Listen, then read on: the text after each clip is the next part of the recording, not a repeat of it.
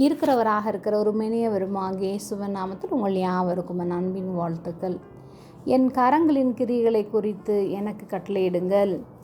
ஏசாயா 45:11 இஸ்ரவேலின் பரிசுத்தரும் அவனை உருவாக்கினவருமாகிய கர்த்தர் சொல்லுகிறதாவது, வருங்காரியங்களை என்னிடத்தில் கேளுங்கள். என் பிள்ளைகளை குறித்தும் என் கரங்களின் கிரியைகளை குறித்தும் எனக்கு கட்டளையிடுங்கள்.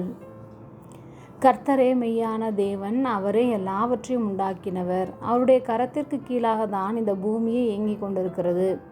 எந்த மனுஷனும் எதையும் கட்டுப்பாட்டில் வைத்து கொள்ள முடியாது. எல்லாம் தேவனுடைய கரத்தில் தான் இருக்கிறது.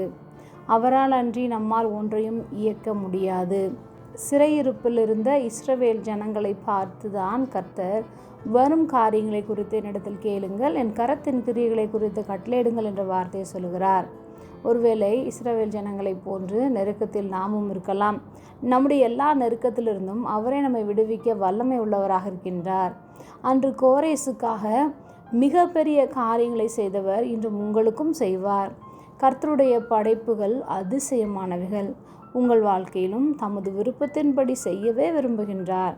அவருடைய வல்லமையை நம்பி வருங்காலத்தை குறித்து கேட்கும் போது தம்முடைய பிள்ளைகளுக்கு அதை நிச்சயமாக அறிவிப்பார்.